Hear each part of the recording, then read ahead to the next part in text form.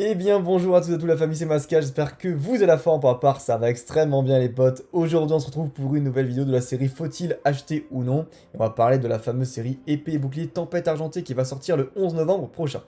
Donc les amis, si vous aimez cette série, n'hésitez pas à liker la vidéo, n'hésitez pas non plus à vous abonner, à activer les notifs pour suivre tous les épisodes qui sortiront dans cette série prochainement. Et n'hésitez pas non plus à lâcher un petit commentaire pour donner votre avis par rapport à la série. On va étudier un petit peu le prix des items, également leur date de sortie, et aussi, c'est le principal je pense, le contenu jusqu'à présent, de ce que je sais moi personnellement un mois avant la date de sortie, des cartes qu'il y aura dans cette extension. Donc voilà, on commence directement avec les prix des boosters et les illustrations. Donc comme vous pouvez le voir, le prix des boosters unités ne change pas, et l'avantage c'est que, grosso modo, on est à des boosters à 5,99€ prix conseillé, mais si vous vous débrouillez bien, eh bien vous pouvez les trouver moins chers auprès de revendeurs professionnels, qui ne sont pas donc des grandes surfaces, sur Instagram, sur Facebook, sur Le Bon Coin, sur Vinted, ça se trouvera largement moins cher et même en entrier. Donc du coup les 4 illustrations sont celles-ci, Goupix Alola, Lugia, Regidrago et Regieleki si je dis pas de bêtises. Donc grosso modo les illustrations sont très travaillées, toujours un petit peu la même ambiance en fait que Star Étincelant, donc ça fait plaisir de voir ça. Et puis pour le coup, pas que des Pokémon overhypés, à part Lugia qui va être évidemment la star de la série. Donc les displays coûtent cette fois-ci 180€, donc on est plus ou moins autour des 4,80€ le booster, hein, ce qui fait quand même un prix assez sympathique. On voit très bien qu'il y a une grosse différence de prix par rapport au booster unité. Et pareil, vous avez donc du coup une très très belle display, toujours aux couleurs hein, des 4 boosters, ça c'est normal. Et donc les portfolios, et bien cette fois-ci, on aura donc des portfolios qui seront illustrés avec les 4 illustrations différentes, sauf que vous avez deux formats différents. Donc pour le petit, eh bien ça sera tout simplement Regidrago et Regieleki, et pour le plus grand, donc le A4, ça sera Goupix Alola et Lugia, que vous voyez ci-dessous. Donc le jour même de la sortie, vous aurez évidemment les tripas qui sortiront, donc avec le jeton Pikachu et soit la promo de Manafi, soit la promo de Togetic, donc ça c'est toujours sympa. Et donc vous pouvez les avoir à 16€, ce qui fait donc un peu plus de 5,33€ le booster, voilà, c'est quand même un prix sympa. Ensuite on descend, là on a donc 14 jours plus tard, donc 2 semaines plus tard, le TB qui sort, et à ma grande surprise, c'est Goupix Alola qui va être le Pokémon featured sur cette ETB. Donc grosso modo, ça ne sera pas Lugia. Au niveau de design, on peut dire quand même que c'est assez sympathique avec les cristaux. Ça fait penser un peu à Gardien de Cristal pour les anciens hein, qui ont connu le Block X. Donc le prix conseillé est 50€, assez sympa pour 8 boosters. Après évidemment, ça va être un item, comme je dis à chaque fois dans les vidéos faut-il acheter ou non cette série, qui va être beaucoup plus sympa à garder, je pense, en scellé plutôt que de l'ouvrir. C'est pas ce qui sera le plus rentable parce que vous n'avez que 8 boosters dedans comparé aux boosters qui sont au nombre de 10 dans les séries .5. Et par la suite, vous avez le dernier item de simplement cette extension qui sortira, je crois, un jour plus tard, c'est bien ça? Ah non, le même jour, d'accord, que le coffret d'instant d'élite. Et bien c'est donc le stade stratégie et combat d'épée et bouclier. Donc là, pour le coup, vous avez une énorme boîte qui sera plus destinée aux dresseurs qui jouent avec les cartes Pokémon plutôt que ceux qui les collectionnent. Donc encore une fois, je donne que des conseils de collection slash d'investissement sur ma chaîne. Hein. Pour tout ce qui est vraiment jeu pour les joueurs, malheureusement je ne pourrai pas être en mesure de vous donner des conseils là-dessus, de savoir ce qui est adapté ou non. Mais je suppose que s'ils ont fait ça, c'est vraiment pour que ce soit adapté aux personnes qui veulent jouer. Notamment, voilà, vous avez deux boîtiers stratégie et combat, vous avez des cartes énergie, des marqueurs d'état spéciaux, des marqueurs de dégâts, un dé, un livret de règles, voilà. Ça c'est vraiment si vous voulez jouer, c'est plutôt bien. Si vous voulez collectionner, je ne conseille pas du tout ça. Même pour garder scellé, je trouve pas ça formidable, mais voilà, après chacun fait ce qu'il veut. Donc si je vous conseille quelque chose, encore une fois l'ETB c'est plutôt pas mal. Je vous conseille de choper des displays tant que c'est pas trop cher, parce qu'après ça risque certainement de monter. Donc en dessous des 175€, je pense que ça peut être pas mal. Je pense que vous pouvez trouver même moins cher, autour des 170€ ça se trouve, je suppose. Et puis sinon, les tripacks, hein, si vous voulez vous faire des petits kiffs, c'est là où il y a le moins de ratio. Donc voilà, il y a plus de chances d'avoir de la chance.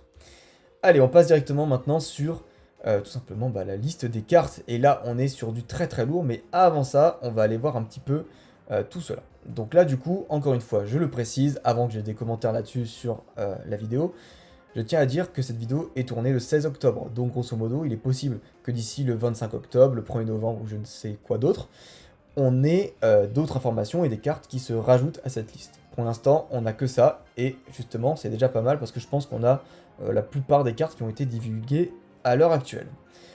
Donc du coup, de très belles illustrations, on va quand même rester sur le Aéromide qui est splendide, le Migalos aussi que je trouve très sympa, le Fragile ID 18 qui est très cool. On a aussi les Pokémon radieux qui sont toujours là, avec Sucrène si je dis pas de bêtises. Je connais pas bien le bloc XY et le bloc SL malheureusement. Donc du coup voilà quand même des Pokémon radieux qui sont toujours là, qui font plaisir. Des holos très très sympas, hein. On peut voir ce Galopa qui est magnifique. Vraiment les illustrations sont superbes. Je sais pas ce que vous en pensez, dites-moi dans les commentaires. Mais là on retrouve un peu le style de SL je trouve avec Flamme Miaou, je crois que c'est ça. Et Matoufeu. Donc très très sympa. Très bizarre de voir ça, mais Amonistar en carte ultra rare. Et franchement, ça en jette. C'est très très joli. Pour une fois, on a du coup un petit Pokémon en V-Star. Donc pas besoin d'avoir des super évolutions pour feature dans les V-Star. Ça fait plaisir de voir ça. On a un Wailord aussi à noter, toujours avec ses 200 PV emblématiques. Hein. Il est là, toujours présent. On a un super Milobellus qui est dans les fonds marins. Donc à noter quand même. Il y a du très très beau boulot qui a été fait au niveau de cette extension. Au niveau des types électriques, malheureusement, c'est moins ça, je trouve. Donc on a Regieleki, hein, encore une fois, qui va être présent dans cette extension, qui est l'une des 4 stars hein, qui est présentée sur les boosters. On a un Alakazam en radieux. On a également les Arby, donc en V-Star, qui sont plutôt sympas, donc un petit peu toutes les lettres de V-Star, donc V et Star, hein, comme vous pouvez le voir ici, c'est écrit V-Star, du coup c'est quand même assez sympa. Ensuite, quand on descend un petit peu plus, on va voir que là, du coup, on a le Arcanin 18, donc voilà, de type combat. Et puis, il y a des belles cartes, notamment ce Terrakium ici, je trouve très joli, personnellement. Ça fait plaisir de voir une telle application. Alors oui, c'est bizarre, mais bizarrement, il y a du Moufleur aussi dans cette extension, donc pas un Pokémon très sexy, et Askip, là, c'est pas marqué encore, d'accord, dans cette page web, mais il devrait avoir sa version alternative, donc en V Alternate. Très dubitatif, mais pourquoi pas, je suis un fan de la 4G, donc on verra bien. Et puis sinon, voilà, au niveau des Pokémon Ténèbres, on a toujours les mêmes hein, qui reviennent, notamment Krokorib, Quatox, qui sont souvent là, et Morpeko également, avec Predastéry. Donc ensuite, on a Jirachi Radieux, très sympa, donc toujours des très beaux Pokémon hein, qui sont affichés dans les radieux, ça fait plaisir. Et au niveau du type dragon, eh bien un Dracolos en holo, qui fera certainement plaisir à beaucoup de gens. Et comme j'ai dit, hein, Regidraco, qui est aussi sur la cover des boosters, qui est l'une des stars de cette série.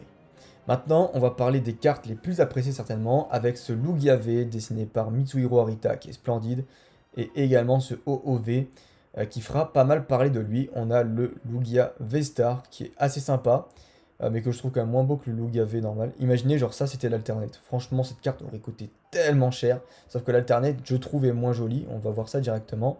Donc là, on a les traîneurs. Donc personnellement, je pourrais pas trop vous en dire là-dessus. On a Peter, le maître de la ligue des GSS, qui est sympa. Donc on voit un petit peu de tous les blocs. Et ça, c'est plutôt cool. Donc au niveau des full art, eh bien écoutez, ça va reprendre les Pokémon qu'on a vu en V plus haut. Donc Majaspic, Reshiram, on a Goopix, Amonistar, Regieleki, Zarbi, Misdibule, Magerna, Regidrago. Et là, du coup, l'alternate de Regidrago. Donc on va l'afficher en grand, comme vous pouvez le voir. Donc ça, c'est dans un lieu qui est dans une île, dans le pass qui est supplémentaire en fait dans les jeux épée bouclier. Donc c'est là où on attrape Sylveroy en fait. Donc il y a un endroit comme ça. Donc ça fait plaisir de le voir là. C'est plutôt cool.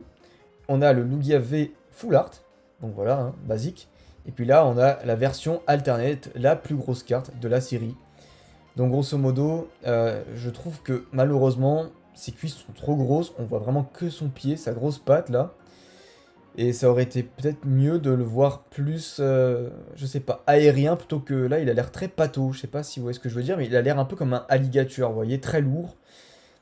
Je trouve que ça le rend moins sexy, mais cette carte-là, sans doute, va coûter extrêmement cher. Je prévois la cote au-delà des 250 à 300 euros au départ, hein. Voilà, donc pour vous dire quand même, ça va coûter une blinde. Et puis on a OO Full Art qui est très coloré hein, à son effigie, le Pokémon arc-en-ciel. Des dresseurs foulards très sympas. Elle cote super cher, je crois, en Jap, donc c'est quand même pas mal. Puis on a des Rainbow, on a Majaspic, Goopix, encore une fois Misdibule. Et puis on a des Gold, on a Majaspic en Pokémon, et puis on a 2 traîneurs. Donc je crois que c'est l'échange d'énergie et une autre énergie. Voilà les amis, tout ce qu'on sait sur cette série pour l'instant.